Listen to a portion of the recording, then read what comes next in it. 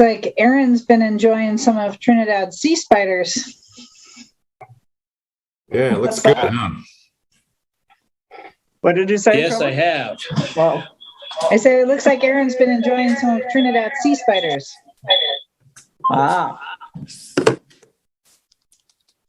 Yes, I did manage to get out and grab a few of them.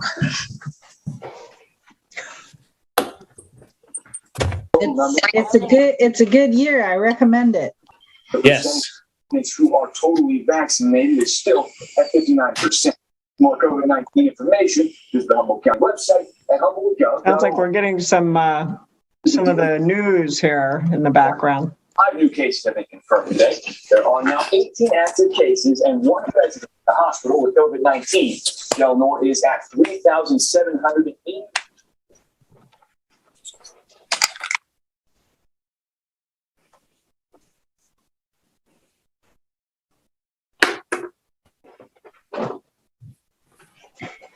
So we're just, I think we have a quorum. We're just waiting on Diane. Give her a couple more minutes here.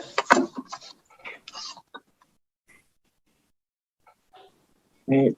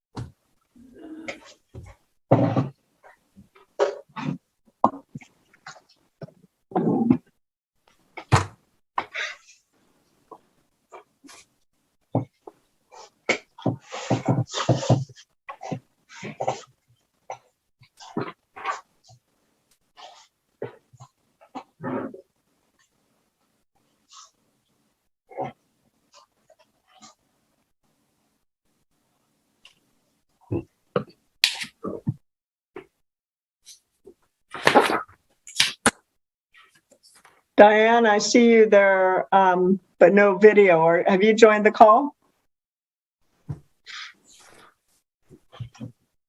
Oh, there you are. I can see you now. Sorry about that. All right, I think the gang is all here, and we can go ahead and call the City of Trinidad Planning Commission meeting for Wednesday, November 17th, 2021 to order. And if I could start with a roll call, please. Sure. Commissioner Kelly. I'm here. Commissioner Johnson. Here. Commissioner Stockness. Commissioner Hopkins. Here. And Commissioner Hakeman. Here. Excellent. Next up is the approval of the minutes from the September 15th and October 20th meeting. So let's start there, and I'll start with commissioners first before I open to public comments on the minutes. I reviewed them and I did not have any changes. Does anyone else have any comments or changes?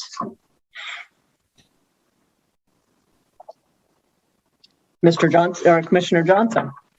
Yes, thank you.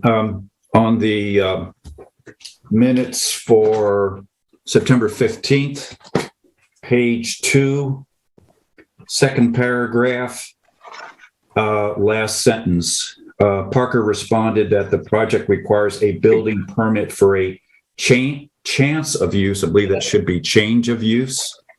And Yes, thank you. then also on the same set of minutes on page 4. Okay. Wait, his thing that says stay participant. So I think, I got to make sure I'm on mute. Go ahead, Commissioner Johnson. Let's see, page 4, second paragraph from the bottom, last sentence. She suggested that feed should be allowed. I believe that should be fee. So just from some clarifications, thank you. Thank you. Yes, and I will note, Anton pointed out that I did not update city staff on October 20th minutes, so neither Zetter or NAFA were here, but Souza, I'm sorry, Anton, I'm not sure how to pronounce your last name, but I will note that. Okay, other comments or changes to the minutes? All right, I don't see any other commissioners with hands raised, so let's go to public comments. Are there any public comments on the minutes from the 15th or the of September or 20th of October? All right, sorry, let me close public comments and bring it back to the commission. Diane?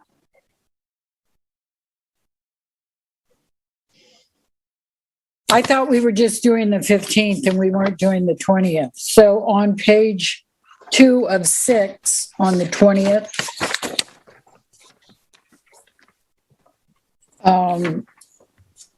you made a comment that the definition, last paragraph, that the definition of vegetation removal in the Views and Vegetation Ordinance be revisited. So I just wanted to bring that up.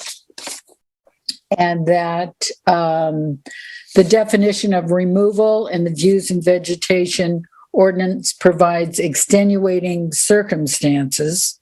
That's on page 3 at the top. And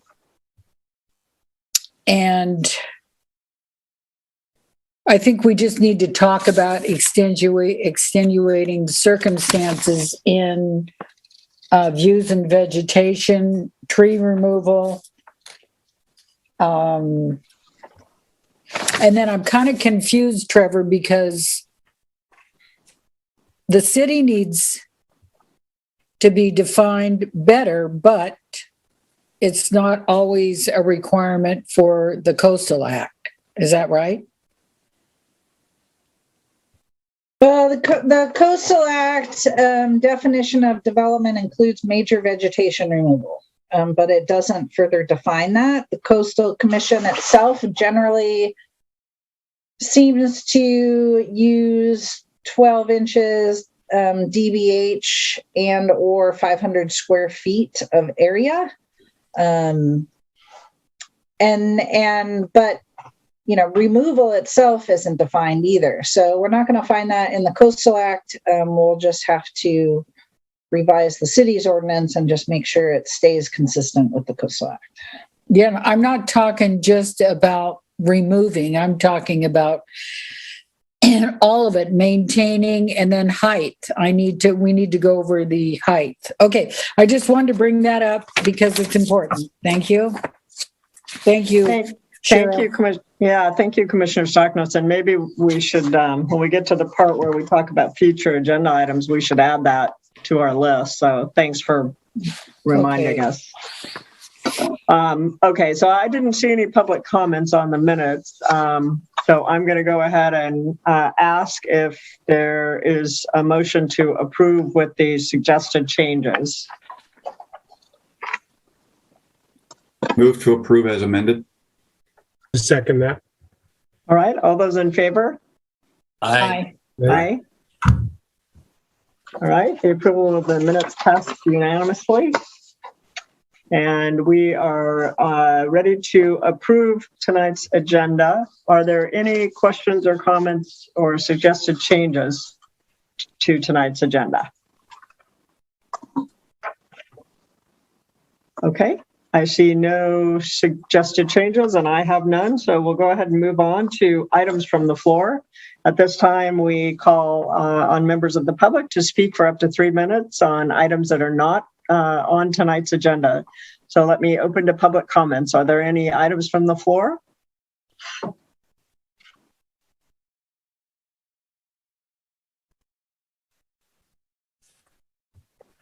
All right, I see no hands raised at this time. So with that, we will go ahead and move on to tonight's agenda, starting with item number 1, which is the Verizon 2020-03 Design review, grading, use permit, and coastal development permit to fully decommission the cellular site on Trinidad Head. All remaining equipment, fencing, and non-native vegetation, including several large Monterey cypress trees, will be removed, and the site will be regraded and restored with soil amendments and native vegetation. This is located at the Trinidad Head cellular site, which is APN number 042-121-004. And so, as always, we will start with one of Trevor's fantastic staff reports. Thank you, Cheryl. So this is a project that the city and the service providers have been working towards for a number of years. Just a little bit of background. Most of you are probably familiar with the site on Trinidad Head. Trinidad Head was annexed into the city, acquired from the federal government, and annexed to the city in 1983. There was an existing Cox cable communication facility on the site, and the city leased that out to Kelnor Cellular starting in 1997. And then over the years, there were a number of co-located facilities there, some new poles, new equipment added over the years. But then, I don't know, maybe 5 years ago, the last time the lease ran out, the city decided, because the cultural significance and, scenic and environmental qualities of the head, that kind of commercial use was not appropriate, and it's in the open space zone.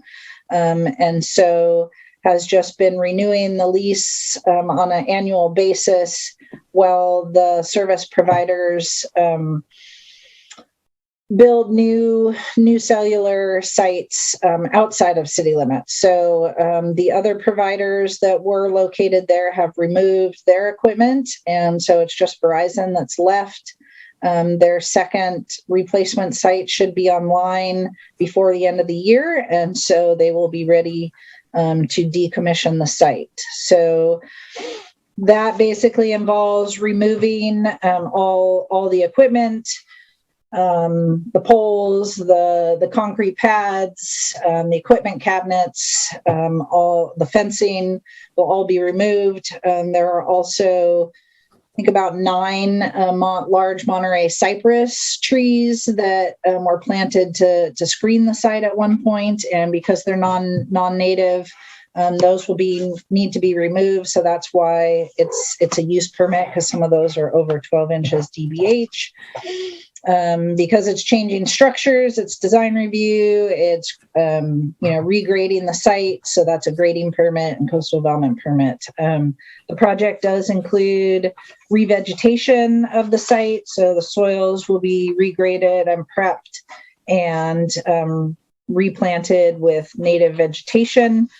The city engineer did have a number of comments on the plans, the current set of plans that you have there. So there will need to be some changes to that will need to be approved by the city engineer prior to them getting the demo permits or the encroachment permits to do the work. So that's the project. The project is consistent with the zoning. The open space zoning is intended to maximize preservation of the natural and scenic character of the area and provide for recreation uses. And so this will return the site to be more consistent with the zoning. The city engineer has asked for some additional grading details and some erosion control details, so that has been included as conditions of approval. And the city engineer will need to make a finding that the grading won't adversely affect the drainage or lateral support or other properties in the area. The project is also consistent with general plan policies, keeping Trinidad Head in its natural state, protecting plants and rare plants and animals in the city. There will be some traffic associated with the decommissioning, but it won't require closure of the trails or the roads except in the immediate vicinity of the lease site, so it won't affect recreation. It's not in an area that is designated as unstable. There's no sewage disposal associated with the project. There is a landscaping plan as part of the restoration of the site. That will require some follow-up monitoring. What I've proposed at this point is that that Verizon provide the city with the estimated costs of doing that monitoring for 3 years, and that the city will actually follow up with that. That seems like more logistically that would be easier to ensure that takes place. As we know, Trinidad Head is a tribal cultural resource, and I did send out referrals and notices as part of this project. I have not received any comments at this time, and I am under the assumption that the tribal groups are in support of this project. I did include some conditions requiring that a cultural monitor be on site at all times during ground disturbing activities, and there's an inadvertent discovery protocol in place as well, so that if any resources are encountered during decommissioning, there are some provisions in place as to how that is dealt with.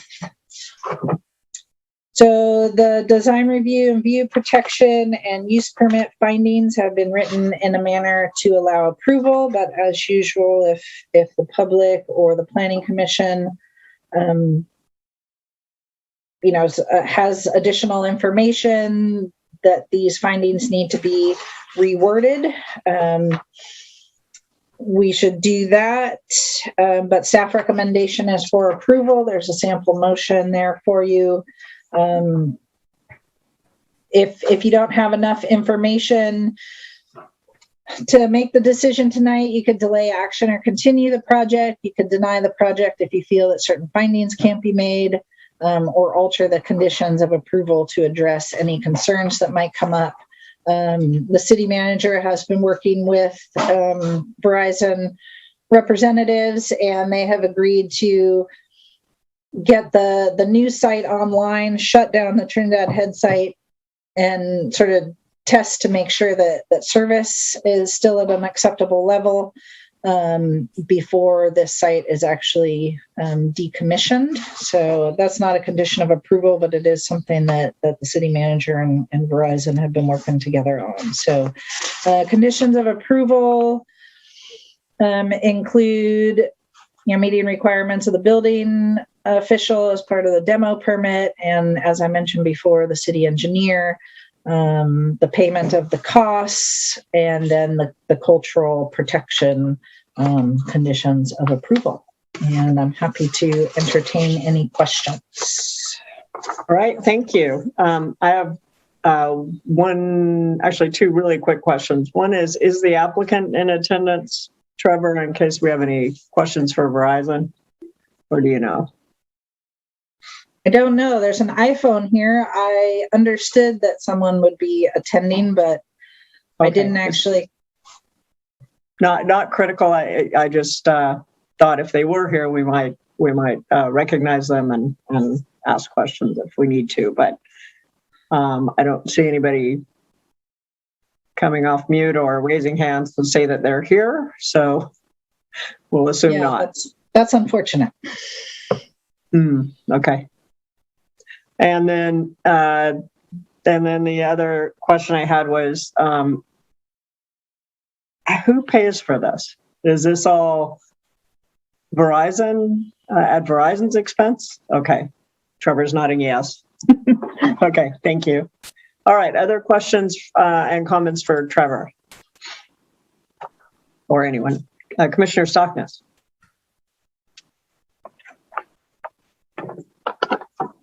So, Trevor, have you been up on the site lately?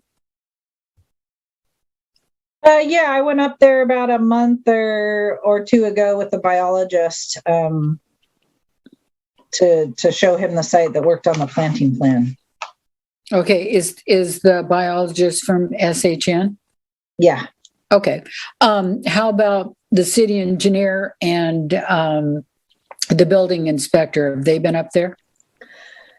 I'm not aware that they have been up to the site, but they have reviewed the plans. Yeah, I see the engineer has done, a lot on that. So do you think it's going to start before the end of December, or what's the timeline? Is it now until the end of February? Is that the timeline? So they expected to have their site online by mid-December was my understanding. I think that maybe has been pushed back a couple of months due to supply, or a couple of weeks due to supply issues, but I think they still plan on having it online by the end of the year. Hopefully, if they don't get everything done by, say, around February, we have to think about the planting. To get those plants established, they need to have some wet period. So February is about the end of the planting season for that, without requiring additional watering. So that's the only timing issue with this. Okay, and then how are those photos going to be done? I'm kind of, I'm not real techie, so they said they were going to have some photo surveillance, and now what is that, and where would that be? So that's in the revegetation plans. That's part of the monitoring. So I think it's two photo points probably, and so there's no. There's no specific requirement as to where those have to be, but basically they're just photo points that will be used so that you take photos at the same location for 3 years as part of the monitoring report to show the growth and survival of the vegetation. So the biologist does that? Yes. Yeah. So usually for the monitoring, it would be a biologist that would do that. Okay, that's all. Thank you. Thank you. Other questions or comments? Commissioner Heikkinen. I had a few actually on this one. Trevor, on page 414, the third paragraph, it talks about the cellular site within the fenced area has been maintained to minimize vegetation growth within it. And I guess it's more a general question. How have they done that? Is there any concern or need for soil testing to make sure the soil is going to be receptive? I don't know if they've used, Roundup or herbicides, that kind of stuff. I'll just kind of throw that out there as a comment. I would imagine has that been discussed at all, or? To my knowledge, they haven't done that chemically. It's just compacted and gravel, and so it's not conducive to vegetation growth in there. Yeah, so that's why the soil will need to be kind of scarified and prepped before planting. Okay.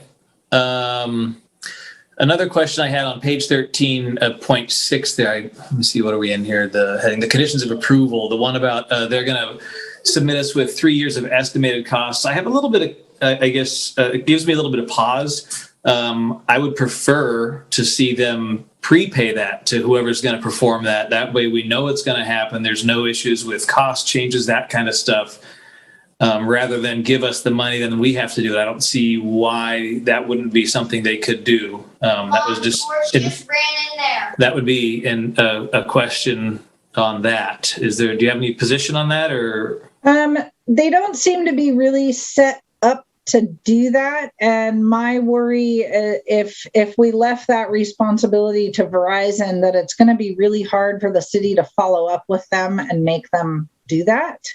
And so that was the idea, that instead we just collect the cost up front and then the city can take care of it. It is city property. The city has some responsibility for the site as well.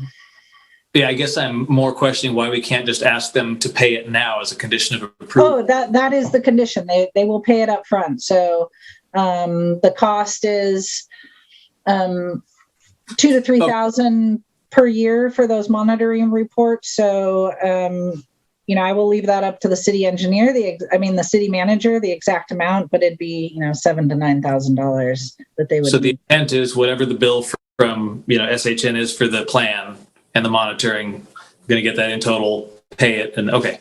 Yeah. The next one on point 8, as far as the inadvertent discovery, that kind of stuff, is there, I'm just curious for my own education, what kind of tool is there that's given to them as far as who to contact, what numbers, if they do find something, what is that process? Do we provide that to them as the city, or? So that's sort of what these conditions are getting at. There is a monitor on site. And so, the cultural monitor will be able to identify if something is found. And if it's, an artifact, then the cultural monitor has some leeway to determine what is the best course of action. And there are some very specific requirements should any human remains be found, although that's pretty unlikely. I guess my question, specifically states tribal historic preservation officers for the Yurok tribe ranchery to be contacted immediately and evaluate the discovery. How do they get those numbers? I just want to make sure those are delivered to whoever's on site, so that way they know you're supposed to call this person. That was my comment on that. Again, really kind of getting into the weeds. And then on the Verizon plans themselves, there were just a couple things I had questions, observations about. One, they have an out-of-date name of a city manager on the front. I don't know how critical that is. But then that intrigued me to look into some other stuff here. And there's a few sections in here on the bottom of plate C1. It talks, the note in the bottom left corner, it talks about complying with requirements of Contra Costa County Fire Protection District and entities that don't pertain to us geographically up here. Is that just an artifact of where their offices are out of in Walnut Creek? Yeah, it was. So, and those are a lot of the kind of things that the city engineer caught. So, Okay. he kind of redlined all that stuff in there. And so those will need to be updated and Excellent. Okay, cool. receive final approval from the city engineer before they can start work. And then on A2 and A3, it mentions, things to be removed by others, concrete slabs. I just want to make sure we know who those others are. And it's not going to be a situation where we're done, Verizon gets done and says, well, that was left to others. Because it also says in the scope of work that concrete things are being removed so I just want to make sure that that's all neatly tied up into this whole package and we're not going to have a surprise. Yeah, that's a good question. And I had some back and forth with them as well. These plans were originally prepared almost a year ago. And so that equipment was there at the time. It has since been removed. Okay. And like the concrete pad that it references where equipment used to be, that was AT&T removed that about a year. I think we approved that. Well, yeah, they removed theirs about 9 months ago, I would say, that concrete pad. And Verizon has acknowledged that they will remove everything that is left. Got it. Okay, cool. And then the very last thing I think I have here in the revegetation on page 6, 5.0 corrective action. Basically, I'm just curious, who bears the cost for that? As I read that, it refers to, for whatever reason, the revegetation plan doesn't set after the 3 to 5 year plan. Where does that money come from to replant and revegetate? That would have to come from the city if that happens. And okay. It's definitely, I sort of thought about that, but again, it would be hard to estimate if and when that might happen and to follow up with Verizon in 3 or 4 years. If that is the case, it's difficult. And I sort of saw that as, again, this site was already in existence when the city acquired it. The city has been making money off the lease. And is responsible for maintenance of trails and other improvements on Trinidad Head. So I figure that's really just part of the maintenance of Trinidad Head that the city is responsible for beyond the 3 years. Should it not take? Okay. All right. Thanks. That's it for me. Thank you. Other comments or questions for Trevor? Commissioner Johnson?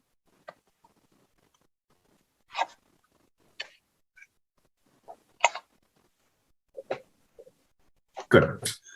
Trevor, I wanted to follow up on your comment and you made as part of the report you said that they were not going to begin the demolition until the new towers or the new facility was up and running. And I assume that what that means is that the coverage will be somewhat consistent with what was provided by the facility on the head. What happens if the coverage is not consistent? And does that mean then that this whole demolition will be delayed until there is some resolution to that? I'm a little confused as to what the agreement here is.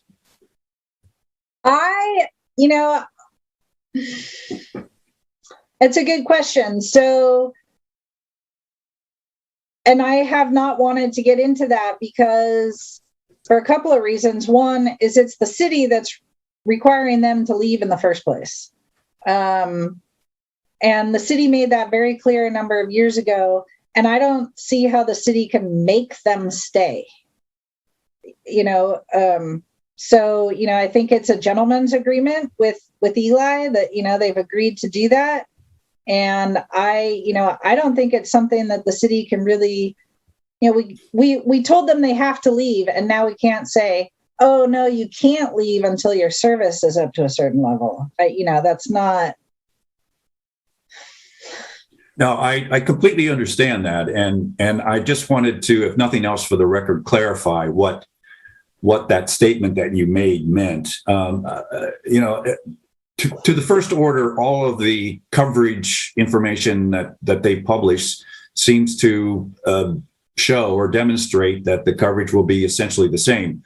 But your comment that they were not going to start the demolition until until the new facility was up and running just kind of bothered me a little bit. So that's what I wanted to clarify.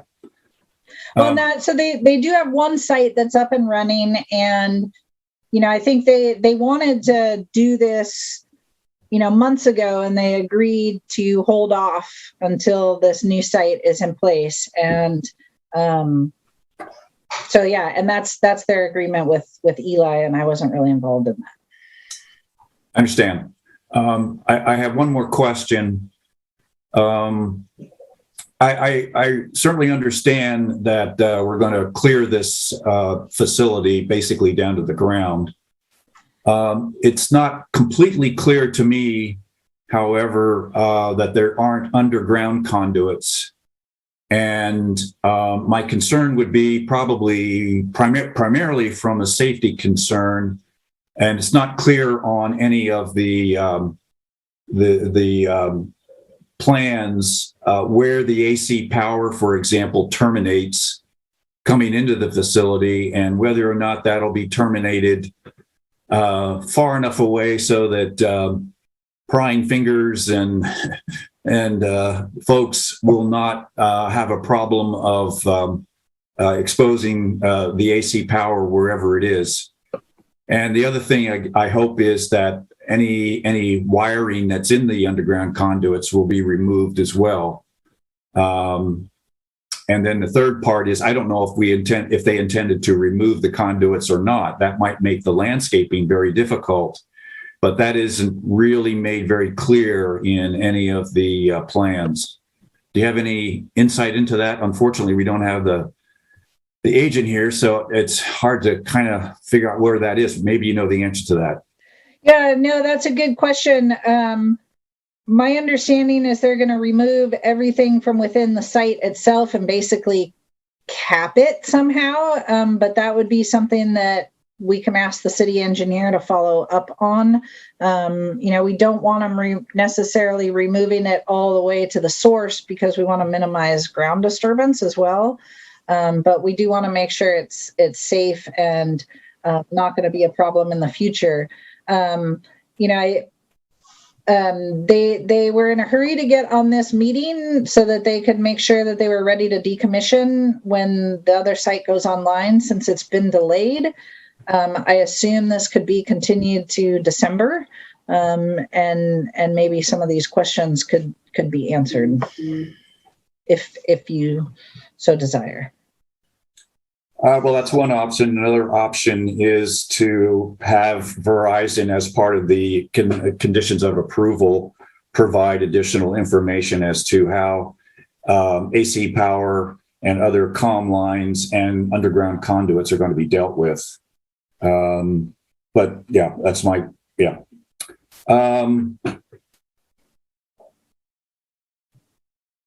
Yeah, I was a little concerned because this is pretty much a boilerplate front end here for this thing. And there's some stuff in here that the contractors to verify the current RF design, for example, as one of the notes. So I assume that we're dealing with an old set of documents, and that is not applicable at this point.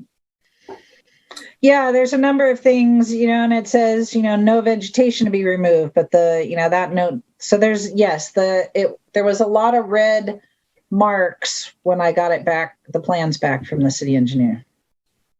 Okay, those are my questions, comments. Thank you. Thank you. Any other questions or comments from the commissioners? All right, then I will open to public comments. Are there any public comments with regard to the Verizon application?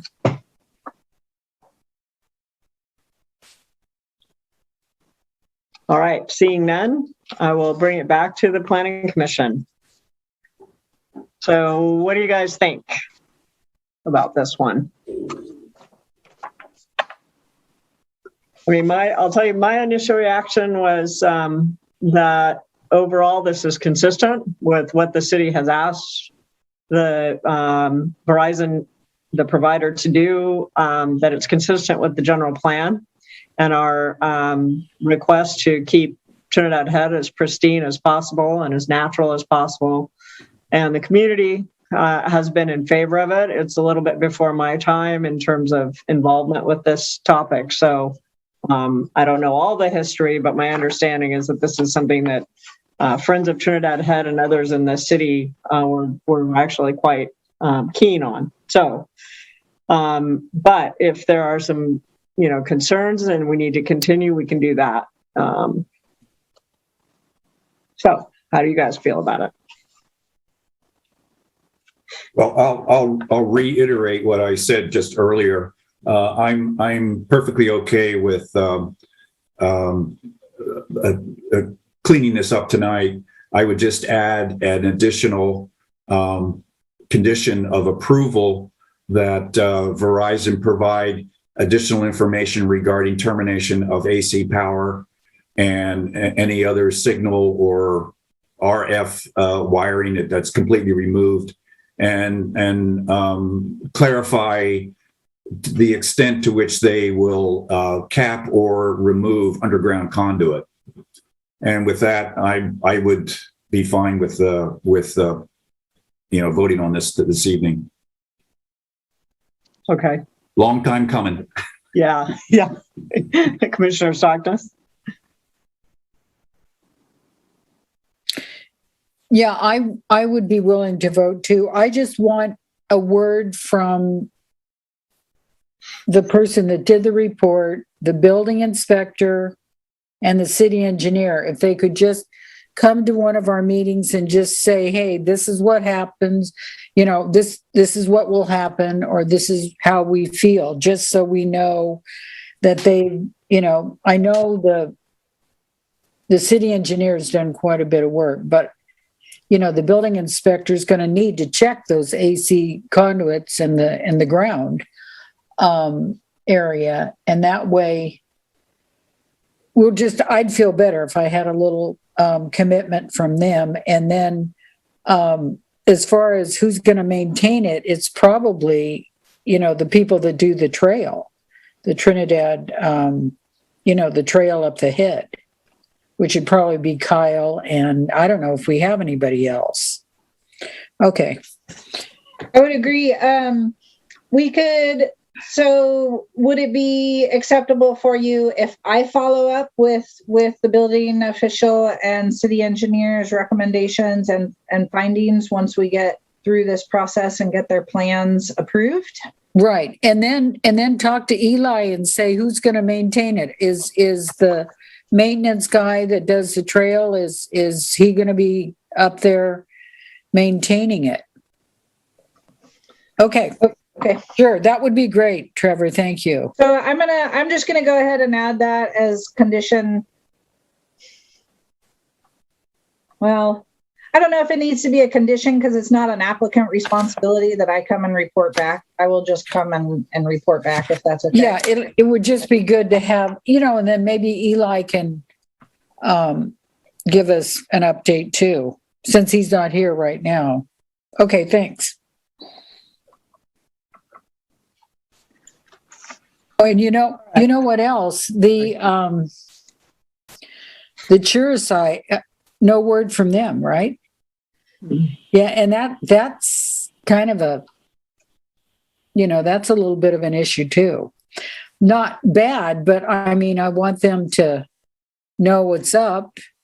And, we're going to have the cultural monitor, but I don't know, we just need to get them on board.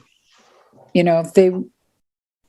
I think that they are on board with this project. I did send out referrals a few weeks ago, and then when I sent out the notice, I sent hard copies and emailed, and I included these conditions of approval with my email so that they could look at the conditions of approval, and I included the revegetation plan as well. So I have to assume that they are satisfied with what is there. Okay. Thank you. Commissioner, I'm sorry. Thank you, Diane. Commissioner Heikkinen, I think you had your hand raised as well. I did. With regards to the plans, and I just have a hard time with the details being a little bit out of alignment, and I'm thrilled that the city engineer saw even more than Richard and I saw with some of the boilerplate language on there. I would like to add that in, perhaps more specifically, condition 2A, because condition 2 seems to be specific to the grading permit, and that aspect of it, I want to find a way to move this forward because, I know it's been a long-term goal of the community, and I'd see every reason to do this. And for me, that would make me very comfortable to have some language in their condition 2A that the city engineer also needs to sign off on all the accuracy of all documentation provided by Verizon, their drawings, their plans and whatnot. Does that make sense? Yeah, how about we add that to condition number 9? So the applicant to provide the additional information on the conduit removal and or capping, and to provide revised plans as required by the city engineer, to be approved by the city engineer prior to work occurring. Perfect. That works for me. Okay. Does somebody want to try to turn that into a quick motion here so we can bring this to a vote? There's a motion written on page 11 of the document, and I think what I hear being suggested is that in addition to that, we would add into condition number 9, the termination of AC power, clarifying the extent of removal of the conduit, and then city engineer to approve final plans. Does that sound right? Yes. Okay. All right, I'll just go ahead and make the motion. So based on the information submitted in the application included in the staff report and public testimony, I find that the project is consistent with the Trinidad local coastal program and other applicable regulations, and I move to adopt the information and findings in this staff report and approve the project as submitted in the application and as described and conditioned in the staff report, including the suggested changes to section 9 or condition 9 regarding termination of AC power, clarifying the extent of the removal of the conduit, and with the city engineer to approve final plans. Okay, is there a second? Second. Okay, all those in favor? Aye. Aye. Aye. Okay, and that passes unanimously. Can I ask one quick question, Trevor, that's sort of related to this? The power poles that are still there, completely unrelated to cell phones, but I just don't, historically, has that been discussed as well? I would assume so. It was always a little, I always thought it was a little strange when this site became so offensive because it's such a small part of the improvements that are seen on Trinidad Head. And I think a lot of people actually thought, we're under the impression, or even still are, that the Coast Guard tower is actually the cell tower. But no, those, I think the power poles are, they're much more visible. But they also, they support, a government function that provides a public benefit. And although cell phones obviously provide a public benefit, it's more of a commercial use. And so I think that's where the difference lies, but I'm not sure. Okay, thanks. I just wondered if that had ever been discussed, because I find those more visible myself, but or as visible. It'd be nice to just clean the whole thing and make it look like brand new, brand old. All right. Anyway, moving on. All right. Our next agenda item is, general plan update. So the community design element, this is a discussion of the draft community design element of the Trinidad general plan, continued from the October 20th, 21 meeting. And you should have a copy of the revised clean copy in your packet. And Trevor, when you're ready, feel free to kick us off with the staff report. Yeah, so I revised the community design element based on our discussions at the last meeting. I also updated some things based on newer information, revised some of the language based on some of the recent, more recent elements that we've looked at, and also the Coastal Commission comments that we've received. So I did quite a bit of updates. I tried to eliminate some repetitive policies and combine some sections and shorten it a little bit. And so that's what I've provided you. All right, thank you. Well, let me go to the commissioners and see if there are any immediate questions or comments.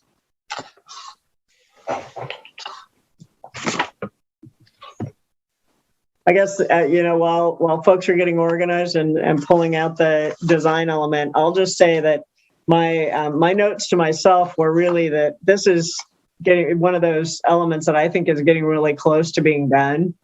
And we do have a tendency to, I think we're all set a pretty high bar for how we do on these general plan elements. But, sometimes, when I worked at Microsoft, we used to have a saying, that sometimes things are just good enough. Like we get to a point where it's good enough. It may not ever be perfect, but it's good enough. And we're just going to roll with it. And I guess my, looking at this, I kind of had that feeling that this is darn close, Trevor. So anyway, so if there's anything that jumps out at anybody that's, kind of a sticking point, let's go ahead and bring that up. But otherwise, I think we're getting darn close. It's my editorial comment. Yeah, I think I think the policies are good. Most of them, how could you really argue with them? I think one of the things I pointed out in my staff report, if there's several policies that have these kind of design guidelines in them, like 1.4 and 3.3 and 2.2. And so, and 4.4, 5.1. So those are kind of, that's where we're going to pull the design guidelines. That's what we're going to use to create the design guidelines. So those might be ones to pay particular attention to. Yeah, we'll definitely need to spend some time on that for sure. So, Commissioner Stocknest, I saw you had your hand raised. So I just need to reveal that Tom Hopkins and I had a little chat in the market a couple weeks ago about the design element. It wasn't anything really on any of this. It was just, something about the city, and I just wanted to, I don't remember the date, but just wanted to include that. Okay, So, thank you. Trevor, are you going to go through it and then we're going to comment?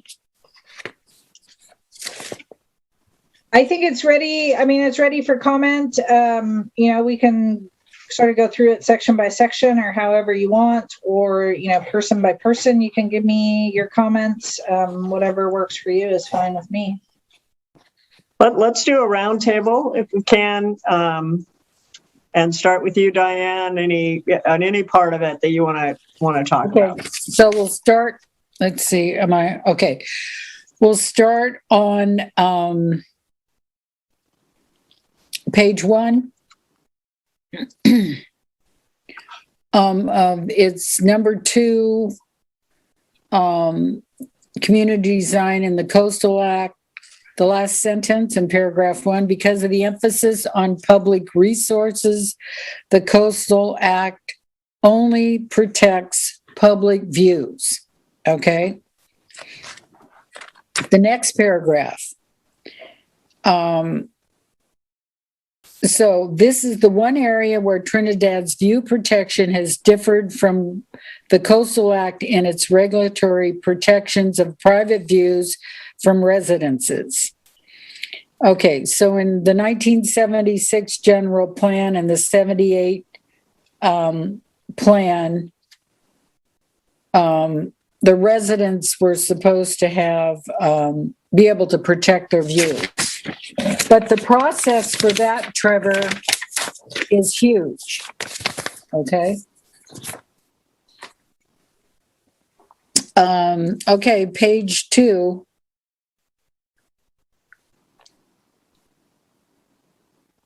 So,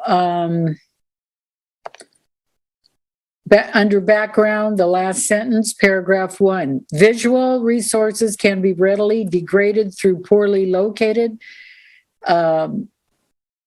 designed and maintained structures, roads, signs, landscaping, and utility poles that block coastal views, alter natural landforms, and detract from the small town character of the community. Next paragraph. Sentence 3, the city has also adopted a views and vegetation ordinance that establishes a permit process to restore views that have been unreasonably blocked by growing vegetation. So can you go over the permit process for that, Trevor? So that's the views and vegetation ordinance. We have been through that process 1.5 times. So that is where someone whose neighbor has vegetation that is blocking their views can come to the city. It's a 2-step process where they would come to the Planning Commission. The Planning Commission would determine whether views have been unreasonably blocked, and we have some criteria for determining that. And then the next step, if they have been unreasonably blocked, then the next step would be to determine the restorative action, and that can be anything from trimming and thinning to complete removal. And so that's something, it's called a view restoration permit, and it's something that the city would order. The one time we went through the full process, the owner of the vegetation was fairly cooperative and agreed to do what the neighbors were asking. And so it was a pretty straightforward process. With a neighbor who refused, it could get messy. And is there a fee for the view restoration permit? Yes. I think the applicant, so the neighbors pay the initial permit fee, but then I can't remember exactly how the ordinance, I think the ordinance splits the restorative action 50-50.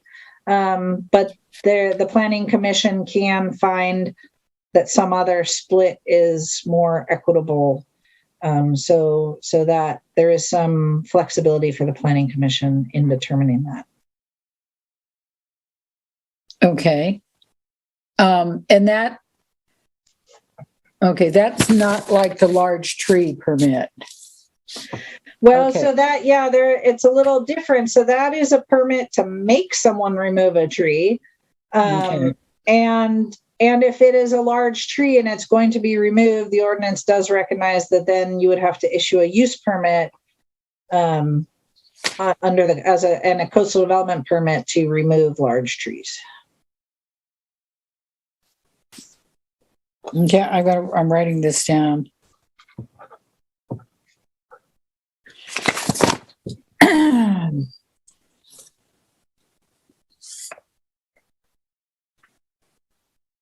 Okay, so on page 3, CD 1.3, prohibits structures, fences, walls, signs, and landscaping from significantly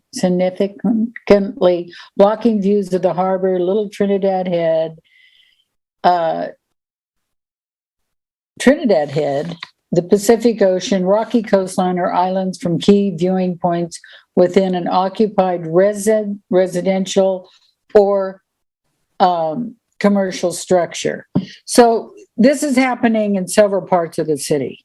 What is this 1.3? So there's lots of fences, landscaping, and I'm not sure. There's one sign, but the sign isn't that bad. All right, now 1.6. Trees and vegetation shall be maintained such that they do not cause unreasonable view blockage in accordance with the policies and regulations of the city. So, let's see. Okay, I'm trying to find the maintenance one because this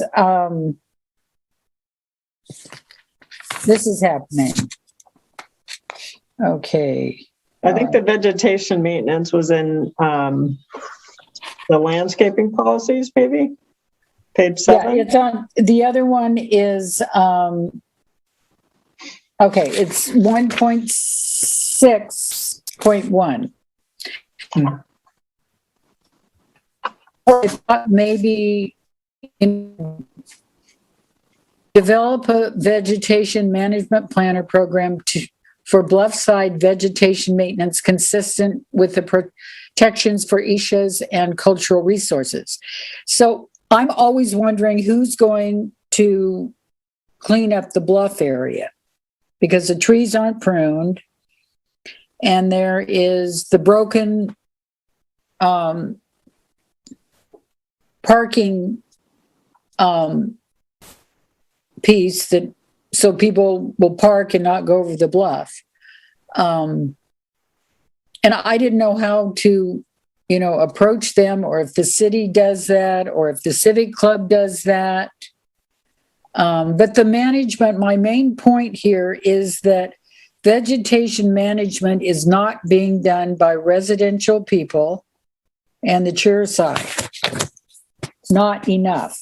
And I'm talking about maintenance, getting it out of the street, pruning trees because they're too high. When I came here, they were not 100 feet high or 50 feet high so I'm saying that the ordinance wants people to develop vegetation management. And I know it's in here, but they're not doing it.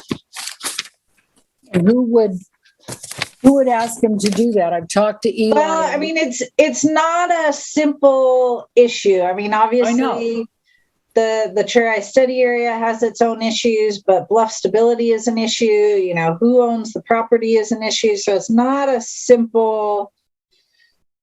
It's not a simple issue, and I mean, the idea of a vegetation management plan is nice, but I kind of question that program looking at it a little bit more. I mean, the city I owns some talked of the to Eli about certain areas of town, and this has been, I've been doing this for over a year, and, the maintenance guys took care of different things, like one of the plants was totally covering the water pipe. I mean, the water, what's it called, Aaron? The big water thing? Hook the hoses up to? Water main? Yeah, water main. Okay. Fire hydrant. But the fire yeah. hydrant. Thank you, Aaron. Okay. So let's go to page 7, and then I'll get off of it for a while and someone else can talk. And it is in landscaping, Cheryl, page 7. Okay. Requires, C 6.2, requires property owners to maintain the landscaping on developed sites such that it does not present any unreasonable view obstructions consistent with the city's views and vegetation ordinance. And it, in my opinion, is not happening. And I've had a couple comments by some other people in the community, including those cherry trees on Ocean and a big tree on East and just a couple different trees. Now, I could take pictures of them and show you. I don't know. I'm just saying that getting the property owners to maintain the landscaping on developed sites is not happening. And I don't think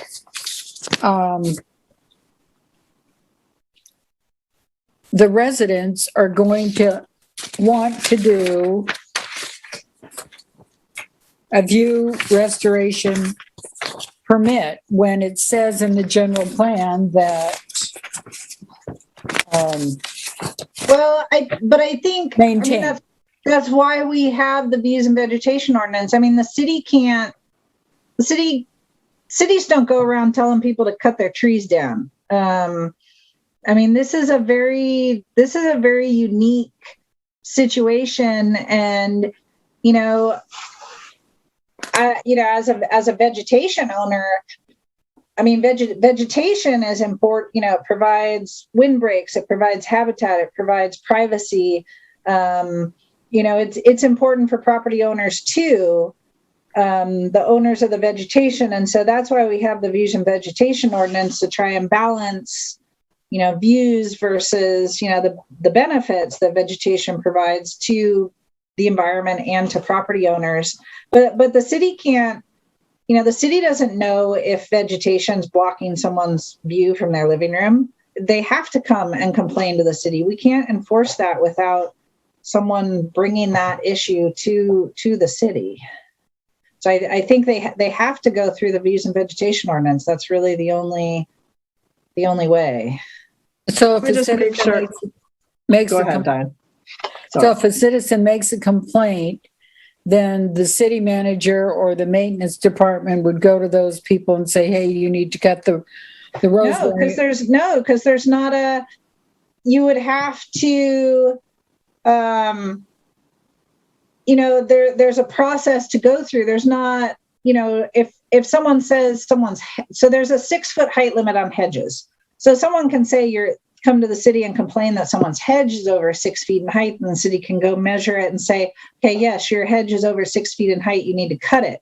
But a tree, there's no set, there's no objective, the city can't say, oh, your tree's over 10 feet high, you have to cut it. That's not a standard. And so it requires someone to come in and present evidence as to how the vegetation is blocking views, and for the planning commission to determine if that is in fact unreasonable and what the solution should be. So we can put heights and dimensions on structures, but not vegetation except hedges. Is that right? Well, I mean, you could put a height limit on trees, and we did discuss that as part of the views and vegetation ordinance, but it was determined that really, sometimes trees enhance view sheds. I mean, where you can look under them or through them, and they add to the coastal view shed. And so, you know, it was determined that a set height limit really wasn't the way to go, but that could be revisited in the future. Okay, I'd like to revisit that because I've been here and I live in the city. You know, Aaron now lives here in the city, so I walk around a lot, and there are several trees that I feel are too high, and some of the other community members feel like a couple of them are too high, a couple of them are dead, and we need to relook at that. And maybe, when I said something to Tom when we had a little chat, I was thinking maybe we, as a commission, could walk around and look at the vegetation. You know, if we're going to write the ordinance, and you know, we could do that because we're good with the structures. I mean, that's very defined. We talk about it. It's on paper. They're going solar. All that's really good. But the vegetation maintenance and the height is, to me, an issue in town. And some other community members have voiced that. Thank you. Thanks, Commissioner Stockman. So let me just to make sure I understand. So it sounds like fundamentally you don't have an issue with the wording in this general plan element, but more about the ordinance that supports it and the wording in that ordinance and how it's been being enforced. Is that correct, or am I? It's not just the ordinance. It's in some of the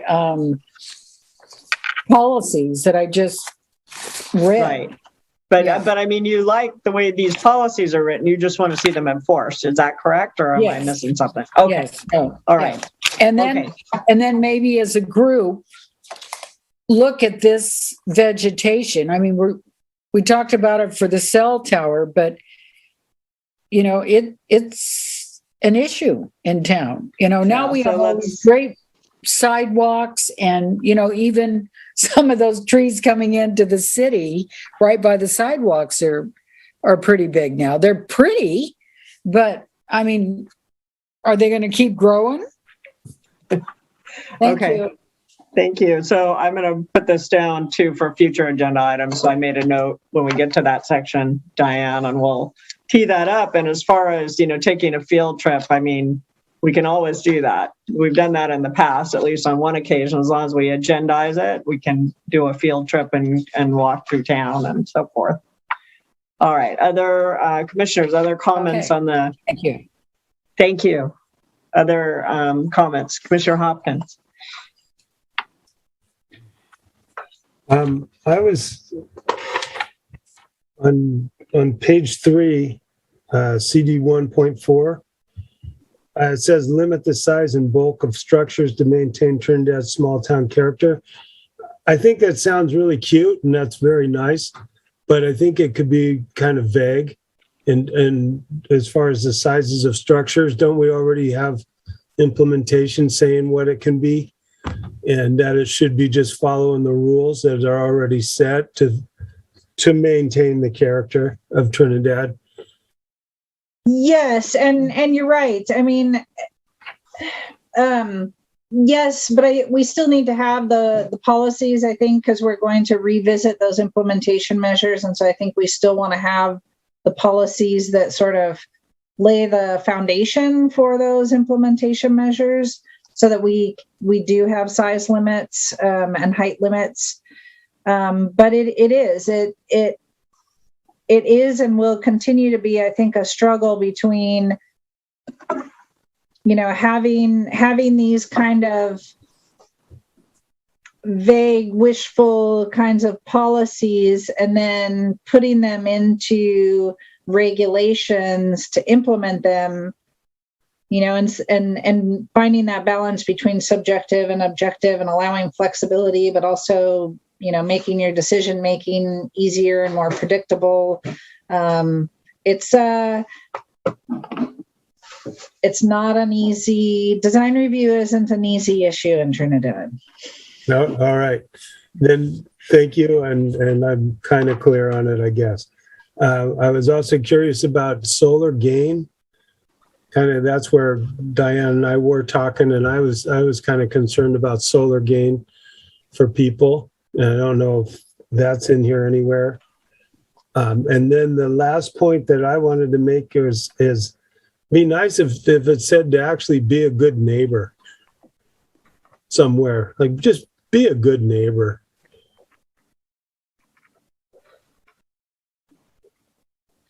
Maybe that's I wish that could I be wish wishful more- thinking also. No, I was just smiling because because neighbors. yeah, I thought I saw that somewhere actually about something like, but I think maybe there I'm thinking of a different document. I don't know about the be a good neighbor, but I believe there's something in here about solar. Yes, solar for sure. Oh, I missed it. All right, thank you. Looks good. Yeah, solar's in here. I can't tell you exactly. It's on where it page is. 8. Page 8. Thank you. Thanks, Diane. I couldn't lay my hands on it. Do you know which section? Oh yes, It's CD 7.1. 7.2. 7.1 and 2. Okay. Yeah. Okay, I thought there was something more specific to solar too, unless I took that. Yeah, I saw it also. I did see this, but it didn't really, I was saying like more solar gain. Yeah. It's you can't take your neighbor's solar gain. Okay. Oh, got it. Okay. I see what you mean. So you can't, so that means you're shading their solar, installation. Okay. I hadn't heard that term before. Thank you. All right. Thank you, Commissioner Hopkins. And anything else or? No, I'm done. Thank you. Looks Okay. great. All right. Well, thank you. Others comments? Commissioner Heikkinen, I saw your hand first, and then Commissioner Johnson. Great job, Trevor, distilling this down. And I personally, I appreciated the minutes from 2002. That was very helpful for me. One, just to see the historical repetition of these issues that we still are struggling to solve, but also just kind of getting some background. For me, the only thing that really jumped out just as an opportunity to kind of streamline maybe a little more is under the lighting. I feel like there's a lot of redundancy or ways CD 5.1 could be, I don't know, distilled down even further. And again, maybe to Cheryl's point, this is just, it's good enough. But I feel like the same thing is said separately about commercial as is said about residential. It's kind of more like there's, a general concept of all lighting should be directed downward, minimize light spillage, both commercial and residential. All security lighting should be done to enhance it with the least amount of light. I don't know. I just saw that maybe as an opportunity to kind of combine those things into one. And maybe that's not necessarily the intent of this. Maybe we want to get specific, but I feel like just kind of a more general thing, like here, when you're doing lighting, for goodness sakes, minimize it, do the least amount you need to provide the impact you want, and go from there. That was really all that jumped out to me. I agree. There's a few of those. There is still a little bit of redundancy in here. Sometimes I wasn't sure which one to take out. If you see those, let me know which one you like better. I agree. There can be some more condensing. Just like, specifically A and B under CD 5.1 both talk about lighting kept minimize light spillage. I don't know. It just seems like that could be in one statement instead of two. Yeah. So combine A and B, Aaron, or just keep A and B, get rid of the rest. I guess I'm open. I just feel like, the lighting in town, whether it's residential or commercial, do we really need to distinguish between those two is kind of more I see what you mean. my point. The principles I would think we would want to be the same for town, that nobody should have light spilling everywhere. Nobody should have outrageous security. You know what I mean? You just get what you want accomplished, but with the least amount of impact. I would hope that commercial lighting would be, pointed downward and whatnot. Yeah, I agree. Night lighting, public safety light, and light mounting. They all have all 5 of those actually really have the same goals, and maybe could be combined as all lighting. Yeah. Yeah, so maybe just short, yeah, I'm all for shortening things up where we can and taking out redundancy, definitely. But yeah, that was it. Thanks. Commissioner Johnson, did you have something you wanted to add as well? Thank you. Let's see. Yeah, I think my phrase would be a little bit different than yours, Cheryl, but this is polishing something. Cool. Time to move on. But just a couple of things real fast. On page 3, at the bottom of the page, CD 1.6, this has to do with trees and vegetation shall be maintained such that they don't cause unreasonable view blockage. We're going to go through this a little bit more, but I was more concerned about the last sentence. New landscaping shall be included in the design review process. That certainly makes a lot of sense, and I think we need to do that.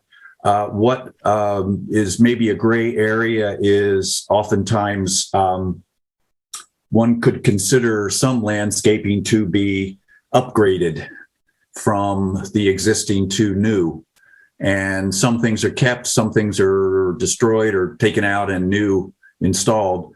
And I just thought we should maybe clarify at what point the landscaping needs to come back for design review. I don't know that I have an answer for it. Maybe, 50% of the landscaping is replaced. It has to go through design review. I don't know, but I just was worried about that just a little bit.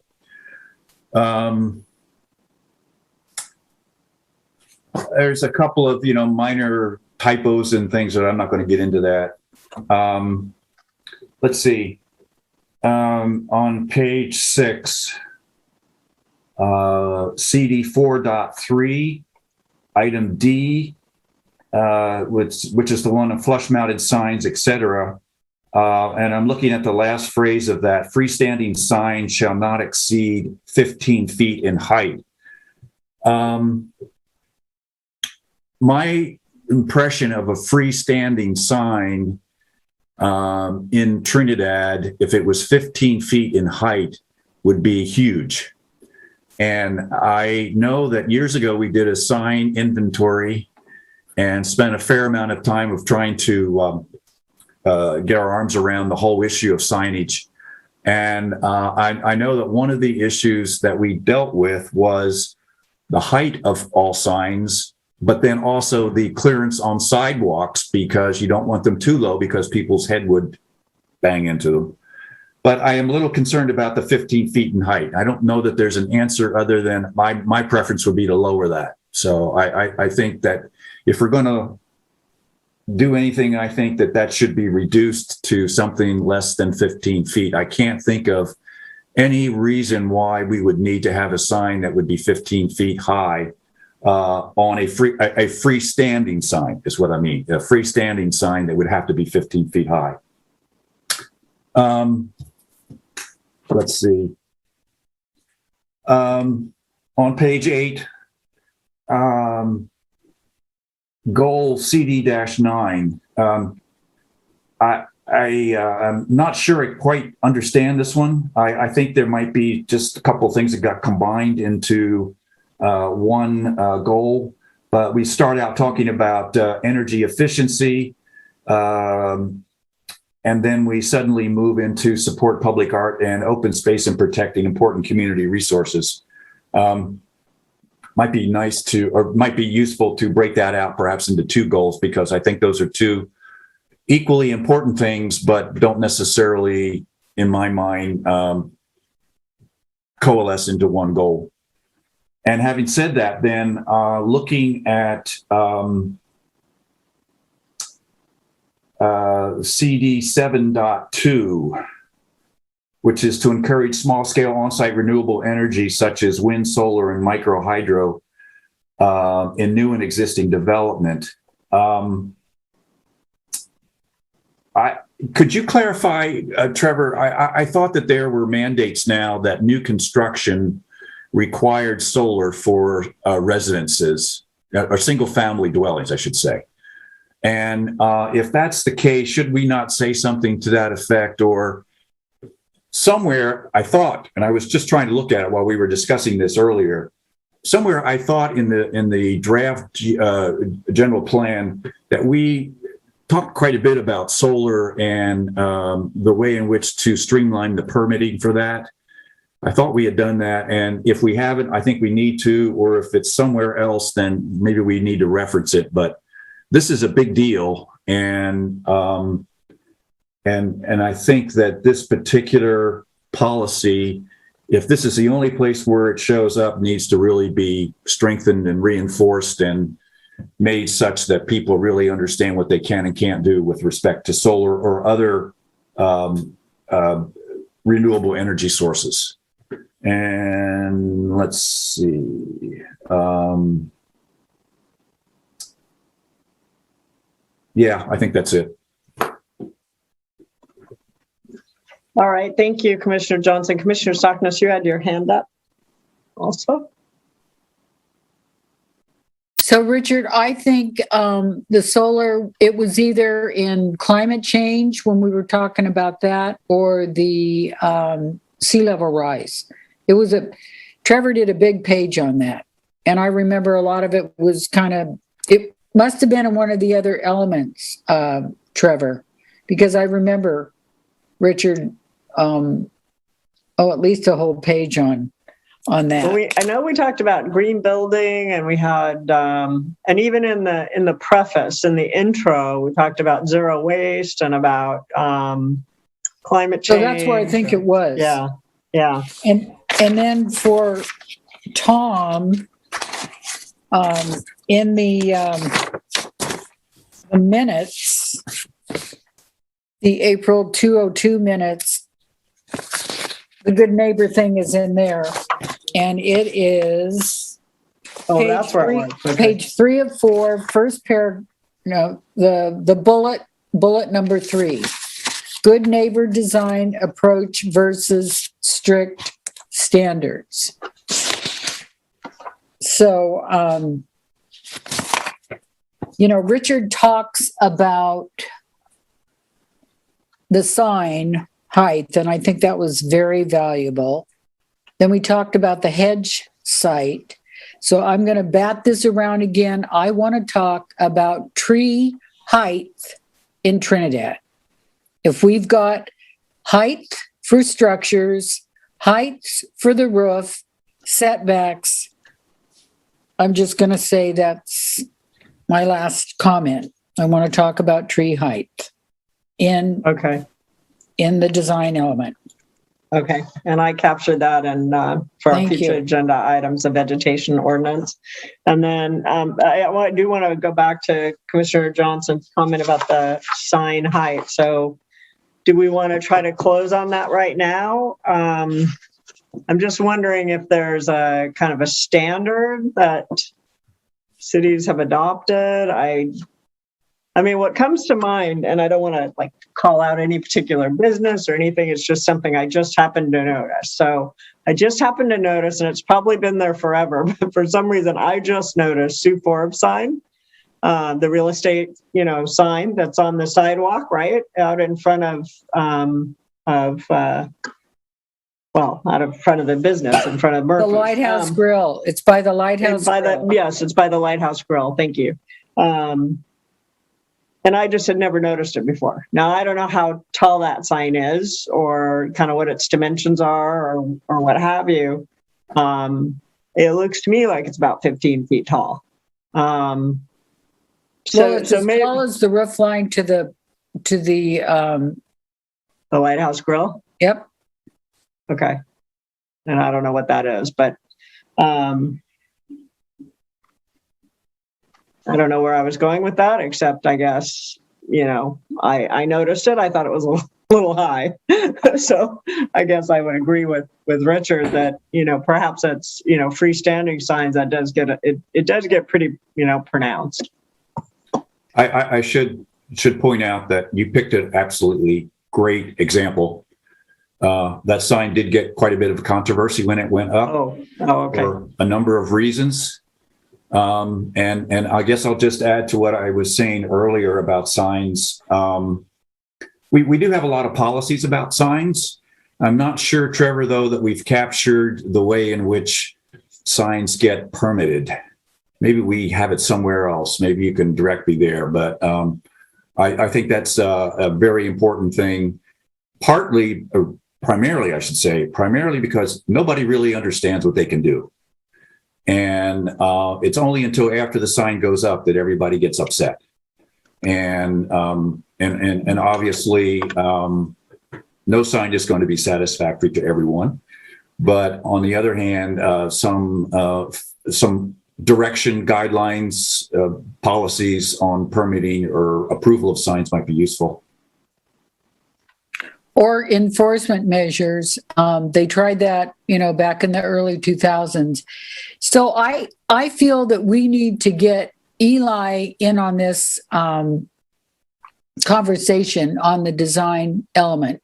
So I'm not ready to approve it.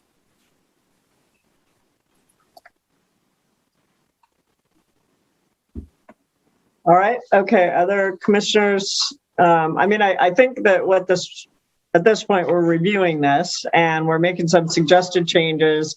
Sounds like we're not quite ready to give this the stamp of approval, but there are only a few things that we might consider changing. So one was, shortening and reconciling CD 5.1 regarding light. We want to talk a little bit more about sign height. It sounds like, as far as the vegetation, I think what I heard was that we were going to talk about that as part of the ordinance discussion. And then I heard also signage, which in general, plans and permits and so forth, which might not directly be part of this element. I think that might be a separate discussion as well. I don't know. What do you think, Trevor? Yeah, so I think a number of things that have come up are probably more appropriately dealt with in the ordinances and the regulations and the implementation. Even having the sign height in the policy is more specific than some general plans get. I did highlight that because I thought 15 feet was pretty high. I stole those from the city of Arcata, I believe it was, and probably modified them. I wonder if something more like the new sign for the Saunders Shopping Center, what is that, 8 feet high, that big sign, that might be something more along the lines of a height limit. But I think, things like, Richard mentioned the landscaping. So when does landscaping require a permit? And so that's probably something more in the regulations. If you're upgrading 50% or more, if you're replacing an area of 500 square feet or more, something like that. It could potentially be in general plan policies, but it also could be in the regulations. I think for signs, making sure that it's clear that signs are subject to design review. So maybe a policy about that could be added in there. But then the specific regulations for signs are more in the ordinance. And we do have sign regulations in the ordinance. Same with solar. I did look for green building and the other elements, and I didn't see a whole lot of it. There's a section on sustainability in the land use element, but it's pretty vague. New residential construction requires solar panels. There's also the state has a solar rights ordinance or something like that basically gives people the right to put solar panels on their roof, and our ordinances are not really consistent with that, so we need to revise our ordinances. So I did, the next step after we sort of get this design element nailed down is then to work on the design review guidelines and regulations. So that will be the next step, and we can get more into the weeds as part of that, I think. So I guess then thinking about sign policies is 4.1, 4.2, 4.3 could stay in the general plan, but 4.4, maybe we're getting too detailed as to what the design parameters are for signage. And 4.4 could refer to, 4.4 could be more general and then refer to a signage ordinance for more details. So in other words, we take out the part that says, for example, and freestanding signs shall not exceed 15 feet in height, because it doesn't need to be in the general plan. Because if that changes, if like down the road we say, oh no, it should be 8 feet. No, it should be 10. We can't keep changing the general plan. We would change the execution plan, the ordinance, right? So maybe I'm just throwing that out. Maybe what we're saying is we need to helicopter this up a little bit in that section and just be general about it. Yeah, and I think maybe not totally eliminating all of those, but making it more or less specific. Like D is very specific. No more than one freestanding sign allowed per business and not exceed. That sounds like a regulation to me. But prohibit the use of flashing, moving, audible signs. I mean, that could go either way. I'm just saying, like B makes sense to me because it's like ensure that the signs, materials, styles, and colors complement building facade. So it's like, I mean, the general principle of design for signage, right, is you want them to be informative, but you don't want them to be obnoxious. And there's probably a better way to say that.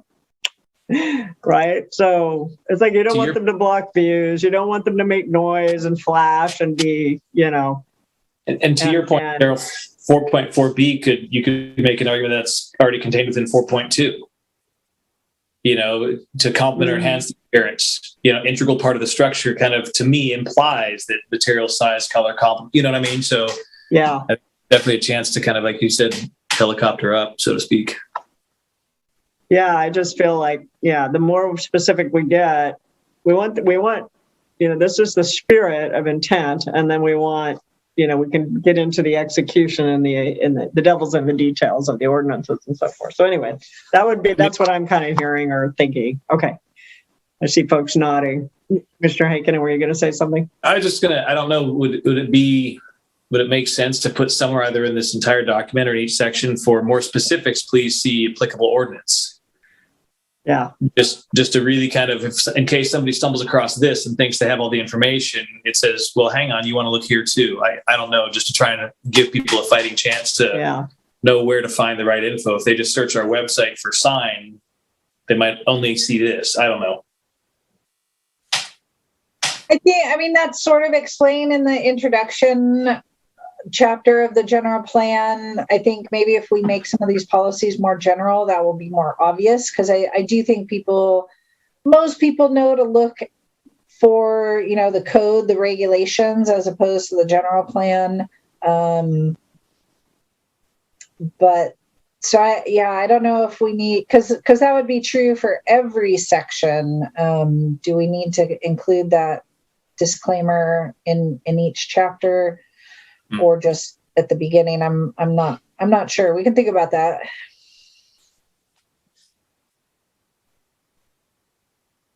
Maybe at the beginning of each. And we've kind of gone back and forth in the past about, is it at the beginning of the whole general plan or at the beginning of each element or so on. So maybe once we get it kind of finalized and get the verbiage the way we want it, we can see if it makes sense to put something in that points to the specifics.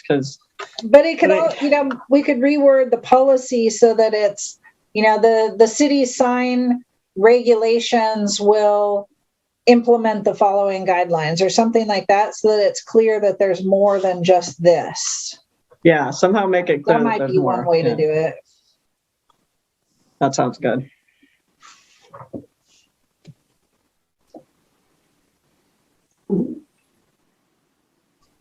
All right.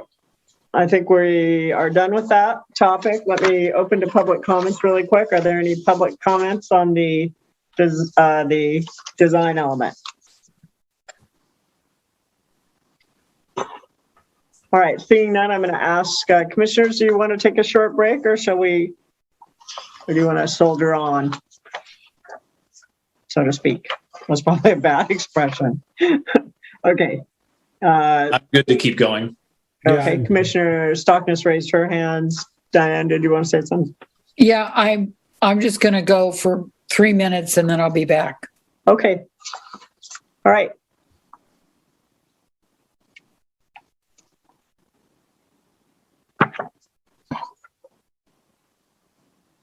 Let's take 3, you guys. I'm going to get some water.